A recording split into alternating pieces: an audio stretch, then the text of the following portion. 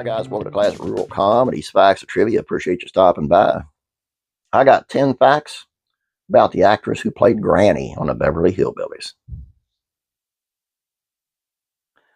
And we're going to start with a $3 prize gave her the incentive of becoming an entertainer. Irene Ryan was only 11 years old. She sang the song Pretty Baby for an amateur talent contest held at San Francisco's Valencia Theater. As a result, she took home a prize of $3, about $95 these days. Realizing she loved the sound of applause and deciding then and there that someday she would be an entertainer. She would do so without the support of her mother, who proclaimed, "If you ever encounter the devil, it will be backstage." Love and marriage led to vaudeville. At the age of 20, she married a writer, comedian, actor named Tim Ryan, officially changing her name from Irene Noblet to Irene Ryan, though it would take a bit of time before that would happen professionally. The two formed a comedy team named Tim and Irene, a duo that would perform on vaudeville stage in 11 short comedy films and on radio. Divorce did not slow her down. The marriage may have fallen apart in 1942, but Irene Ryan's desire to entertain remained intact.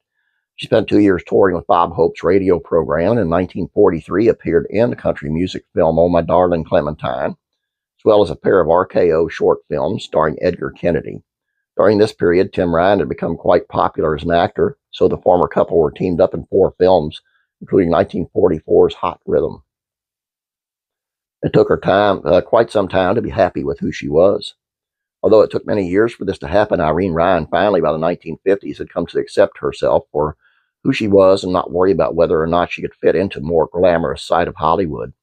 In 1953, she explained to the media, "There was a time when I envied the most beautiful girl in my class, but I outgrew that. I learned to make the most of my funny face. Finding a pleasant form of expression, being happy or successful does not depend on having regular features. Don't let anything stop you from getting everything you want out of life. The less beautiful you are, the harder you will have to work developing yourself," she added, "but far better than depending on beauty for everything. What will you have when that fades?" In the 50s, she was drawn to television. Although she continued to appear in movies, Irene Ryan found her true calling on television in the 1950s, beginning with the 1955 episode of The Danny Thomas Show, followed by Real McCoy's The Dennis Day Show, a 1960 sitcom called Bringing Up Buddy, and My Three Sons. Beverly Hillbillies changed her life. In 1962, she was cast as Granny on the Beverly Hillbillies, but despite what the general perception might be, it was not an easy role to get.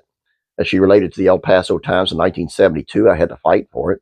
I had worked with the scriptwriter Paul Henning before the Dennis Day Show, so I went up and read for him. It was the first time I had to close a script from laughing, but they told my agent I was too young, and I told them if they had anybody older, they'd never make it up by 5 a.m. for filming."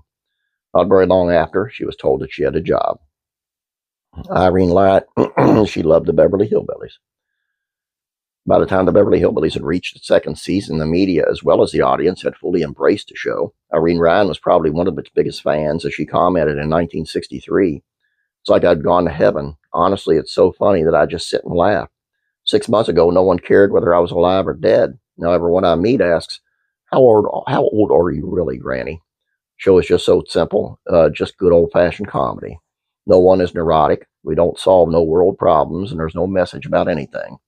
Laughter, it would seem, was enough. Beverly Hillbilly years were busy ones for her.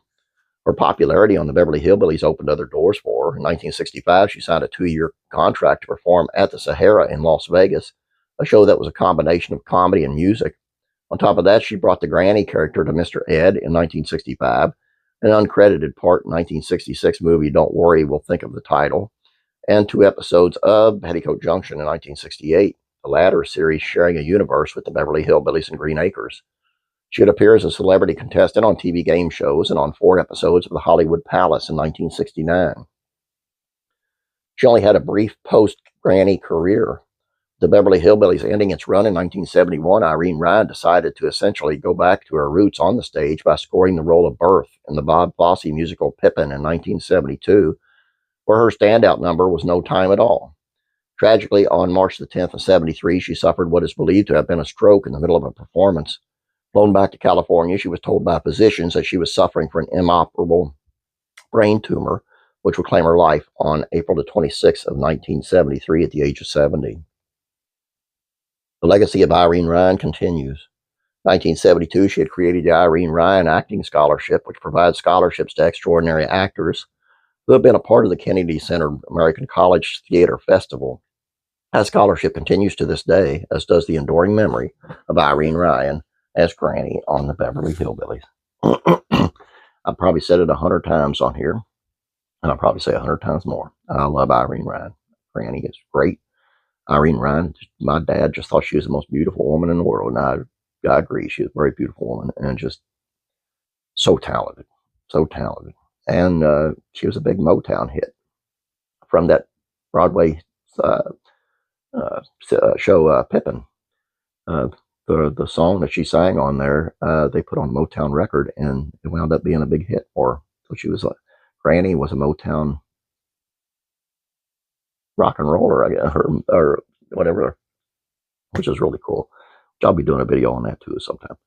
All I got for you here, guys. Hope you enjoyed this. Please don't forget to subscribe if you have not yet. Please like this video. Thank you very much. You guys have a great day. God bless you. And as always, praying for you.